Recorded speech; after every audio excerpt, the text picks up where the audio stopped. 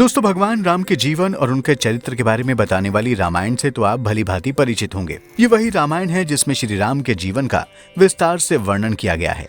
कहा जाता है कि भगवान राम की जीवनी को कुछ शब्दों में बयान करना संभव नहीं है, क्योंकि वो मर्यादा पुरुषोत्तम है, जिन्होंने हर रिश्ते की मर्यादा को निभाया है। सदगुरु स्वामी कृष्णानंद जी महाराज इसी रामायण के बारे में बताते हुए कहते हैं कि एक आम इंसान के सफर को बताने वाली रामायण 2 भागों में बटी हुई है, जिसका एक हिस्सा गुरु भक्त की ओर जाता है और दूसरा गुरुद्रोही की ओर। सदगुरु गुरु भक्ति का प्रमाण केवल रामायण के जरिए ही नहीं बल्कि महाभारत के माध्यम से भी देते हैं, जिसमें राम से लेकर पांडवों तक गुरु भक्ति के प्रमाण देखने को मिलते हैं।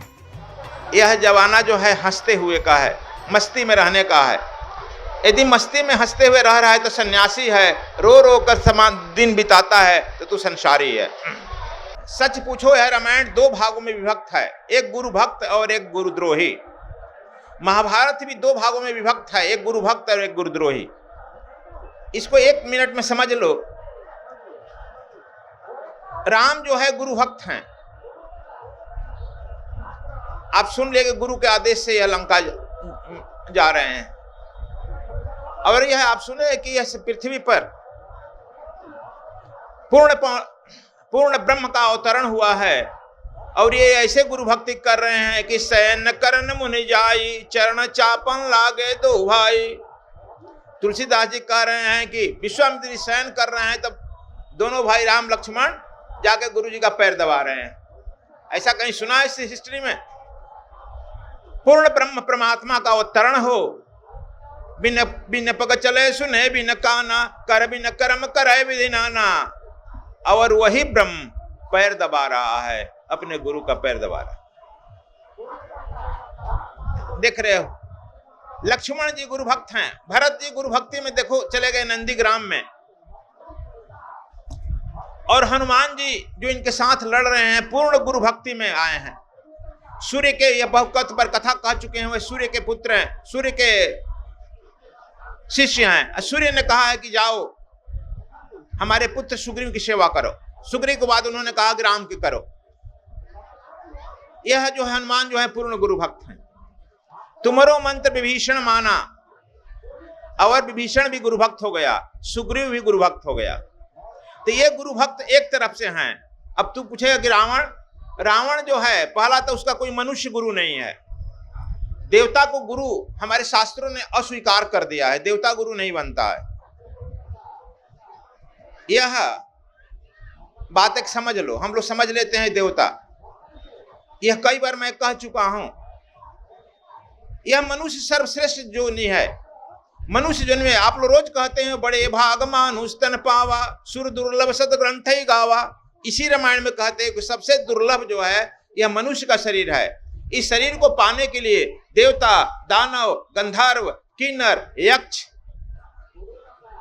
और साधक, सिद्ध, ये सब जो है इस शरीर को पाना चाहते हैं। मनुष्य शरीर यही एक शरीर है कि आप इसे देवता भी बन सकते हैं, दानव भी बन सकता है, और सीधे जो आप बन सकता है क्या, परमात्मा प्राप्त कर सकता है, परमात्मा बन सकता है। परमात्मा और किसी शरीर में नहीं उपलब्ध हो सकता है, मनुष्य शरीर में। इसलिए आप सर्वश्रेष्ठ हैं, देवताओं से भी श्रेष्ठ शरीर है। इसलिए कबीर साहब ने कहते हैं क्या कहते हैं, सदगुरु की महिमा ब्रह्मा विष्णु भी नहीं जान, गुरु और सदगुरु को जान के पावे पद निर्वाण। यह गुरु की महिमा देवता नहीं जानते हैं, चाहे ब्रह्मा हो, विष्णु हो, शिव हो। इसलिए कहते हैं गुरु की महिमा जान करके, आप सदगुरु को जानकर, गुरु और सदगुरु को जान करके भेद जान लो, आप निर्वाण पद को प्राप्त कर सकता है, मुक्ति को प्राप्त कर सकता है। मुक्ति को प्राप्त केवल मनुष्य प्राप्त करता है, देवता लोग नहीं प्राप्त करता है। वे भी एक पद है, इसके बारे में मैं कई बार बोल चुका हूं, पुनः मनुष्य जन्म में लेना ही पड़ेगा।